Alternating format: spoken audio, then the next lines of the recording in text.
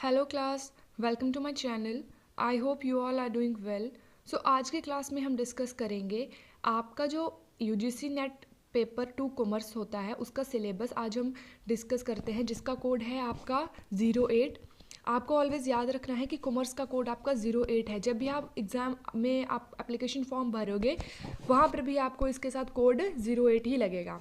तो हमारा जो सिलेबस है वो यूनिवर्सिटी ग्रांट कमीशन मतलब कि यूजीसी के द्वारा नेट ब्यूरो के द्वारा आपको दिया गया है नेट सिलेबस। हम आज उसको देखते हैं किसका, पेपर 2 कॉमर्स का।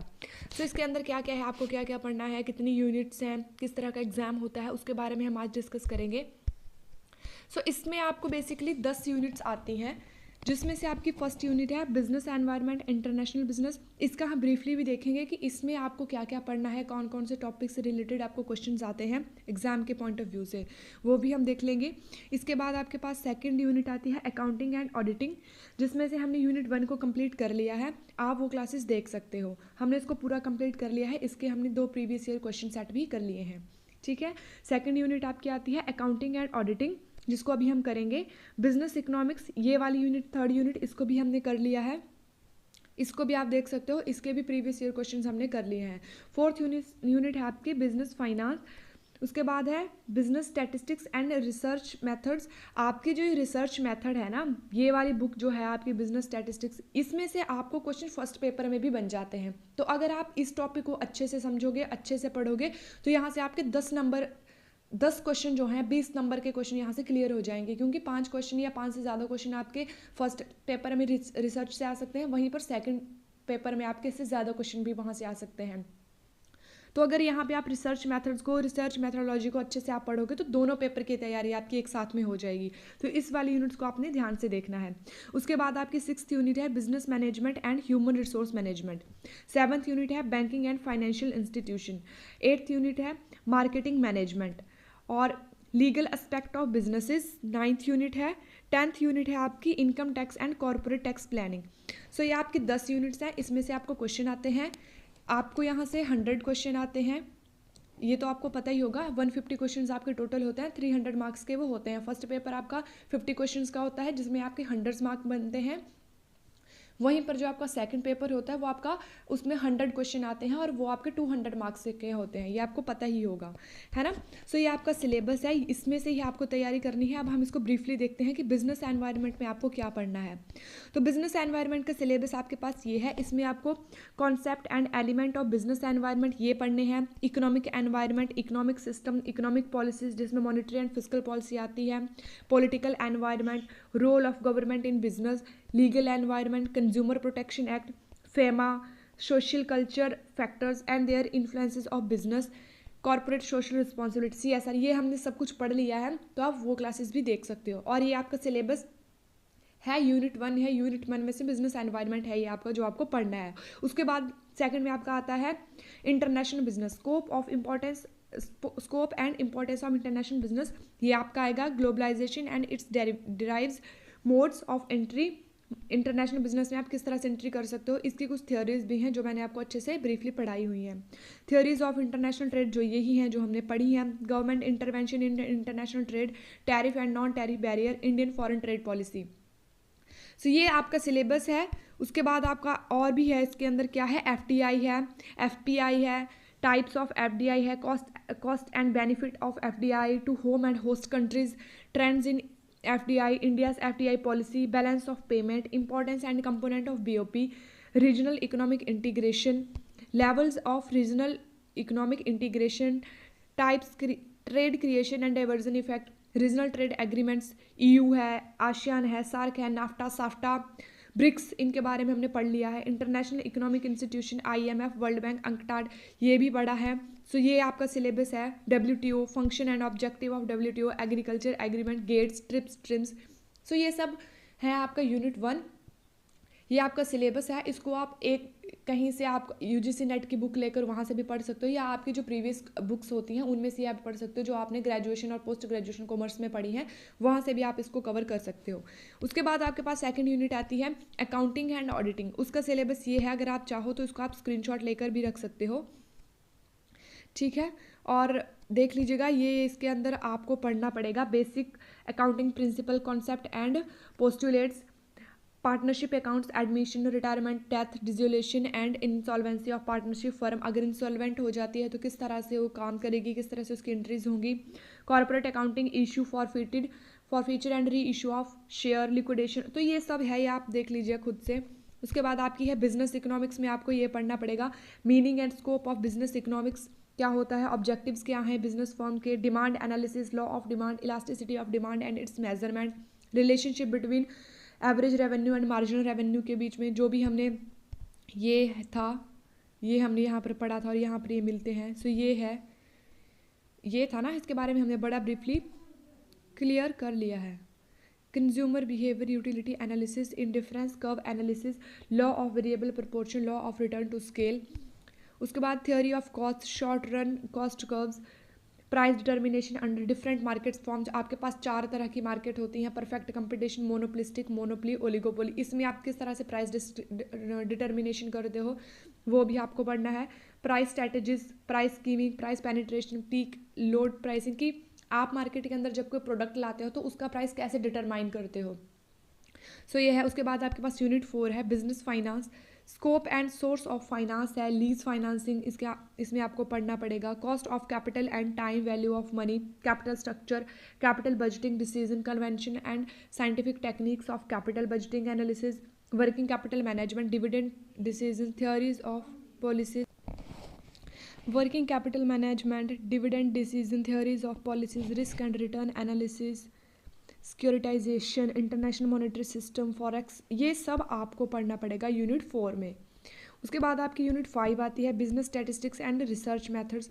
इसको आपको बहुत डीपली, बहुत अच्छे से पढ़ना पड़ेगा, क्योंकि अगर आपने रिसर्च मैथडोलॉजी को अच्छे से पढ़ लिया तो आपकी फर्स्ट पेपर जो होता है उसको जो सेकंड यूनिट है रिसर्च एप्टीट्यूड, वो भी आपकी साथ साथ में कंप्लीट हो जाएगी। मतलब एक ही टॉपिक से आपके दो यूनिट्स कवर हो जाएंगी, एक फर्स्ट बुक की हो जाएगी, एक सेकंड बुक की हो जाएगी। सो इसको आपको अच्छे से पढ़ना है। Measurement of central tendency, measure of dispersion, measure of skewness, ये आपका स्टैटिस्टिक्स के अंदर है। कोरिलेशन, ये भी स्टैटिस्टिक्स के अंदर है। Probability and probability distribution, binomial, Poisson, nominal, normal, Bayesian theorem, approach, ये सब आपका रिसर्च में आता है।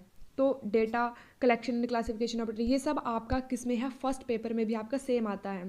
Sampling and estimation concept, methods of sampling, probability and non probability method, sampling distribution, central limit theorem, standard error, statistical estimate, hypothesis testing, Z test, T test, ANOVA, chi square test, Mann Whitney test, U test, Kruskal Wallis test, ये सब आपके किस में है, ये भी stats के अंदर, रिसर्च के अंदर भी हैं ये आपकी, उसके अंदर वहाँ से भी, यहाँ से क्वेश्चन आ जाता है। पैरामीट्रिक टेस्ट क्या होता है, नॉन पैरामीट्रिक टेस्ट कौन कौन से होते हैं, उसमें से क्वेश्चन आ जाता है। Report writing. उसके बाद आपकी है 6th unit business management and human resource management, principle and functioning of management. So ये है organisation structure, formal and informal organisation, span of control, responsibility, authority, delegation of authority, decentralisation, motivation and leadership, corporate governance and business ethic. आपको देख के ऐसा लग रहा होगा कि आपने पहले पढ़ा हुआ है, आपने एक्चुअल में ही तो पढ़ा हुआ है सब कुछ पहले। 360 डिग्री परफॉर्मेंस अप्रेजल, ये भी पढ़े हैं, सब कुछ पढ़ा हुआ है, लेकिन हमने यहाँ पे सिर्फ रिवाइज करना है, अच्छे से कॉन्सेप्ट के ऊपर फोकस करना है, ताकि अगर आपको कोई भी किसी भी तरह का रिलेटेड इससे क्वेश्चन आए तो आप उसको इजीली कंप्लीट कर पाओ। ठीक है। ऑर्गेनाइजेशन कल्चर जैसे ये सब है, इसका आप स्क्रीनशॉट ले लीजिए या आप इसको डाउनलोड कर लीजिए यूजीसी नेट की ऑफिशियल साइट से, वहाँ से भी डाउनलोड कर सकते हो, यहाँ से भी आप स्क्रीनशॉट लेकर इसका रख सकते हो। उसके बाद है बैंकिंग एंड फाइनेंशियल इंस्टीट्यूशन, जो अभी हमारी चली है। इसमें आपके पास आता है overview of Indian financial system, RRB, foreign banks, corporative banks, इनके बारे में हमने पढ़ लिया है। आरबीआई है, इसके बारे में पढ़ लिया है। बैंकिंग सेक्टर रिफॉर्म है, बेजल नॉर्म्स है, ये भी बेजल नॉर्म 3 थे वो पढ़े थे। एनपीए मैनेजमेंट को पढ़ लिया है। Capital market, government security market, ये कल की क्लास में हो गया है। Financial institution development, finance institution, non banking, ये हम अभी नेक्स्ट क्लास में करेंगे। Financial regulatory in India, financial sector, उसके बाद इसमें इंश्योरेंस भी आता है। नेक्स्ट आपके पास यूनिट आती है मार्केटिंग मैनेजमेंट, तो मार्केटिंग के बारे में इसको आपको पढ़ना पड़ेगा। मार्केटिंग मिक्स 4 P's के बारे में, स्ट्रेटेजिक मार्केटिंग प्लानिंग क्या होती है, market segmentation, product line, product mix decision, product life cycle, price decision, factor affecting price determination, price policies, strategies. ठीक है। उसके बाद प्रमोशन डिसीजन, रोल्स ऑफ, ये सब आपको पढ़ना पड़ेगा यूनिट 8 के अंदर। उसके बाद आपके पास आती है यूनिट 9 लीगल एस्पेक्ट ऑफ, जो आपकी कंपनी की बुक थी ना, लॉ ऑफ कंपनी, शायद कंपनी लॉ, उस वही है ये। उसमें सारे लॉज को आपको पढ़ना पड़ेगा, कंपनी में कौन कौन से एक्ट होते हैं, किस तरह के लॉज होते हैं, जैसे कॉन्ट्रैक्ट एक्ट पढ़ना पड़ेगा, कैपेसिटी ऑफ पार्टीज़ कितनी होती हैं, इंस्ट्रूमेंट, नेगोशिएबल इंस्ट्रूमेंट एक्ट है, सेल्स एक्ट है, या सब प्रकार के एक्ट, ITA, किस तरह से आप टैक्स फिलिंग करते हो, टैक्स का आएगा नेक्स्ट यूनिट अभी, RTI कैसे भरते हो, ये सब आप RTI कर सकते हो आप। राइट टू इन्फॉर्मेशन सबको अब मिला है, उसमें क्या ऑब्जेक्टिव है, किस तरह के प्रोविज़न है, साइबर क्राइम्स, पेनल्टीज़, इसके बारे में आप इस यूनिट में पढ़ोगे। उसके बाद लास्ट 10 इंपॉर्टेंट आपकी यूनिट आती है, यहाँ से आपको बहुत सारे क्वेश्चन आ जाते हैं, जैसे टैक्स में कौन सा टैक्स डिडक्शन कहाँ से होती है, किस तरह की पेंशन में के लिए किस तरह के आपके रूल्स बने हैं, टैक्स कहाँ से आएगा, कॉर्पोरेट टैक्स प्लानिंग किस तरह का, ये सब एग्जम्प्टेड इनकम कौन सी होती है, एग्रीकल्चर इनकम कौन सी होती है, कंप्यूटेशन ऑफ टैक्सेबल इनकम किस तरह से करोगे, ठीक है, HRA, वो सब आपका इसी में ही आएगा। International taxation, double taxation and it's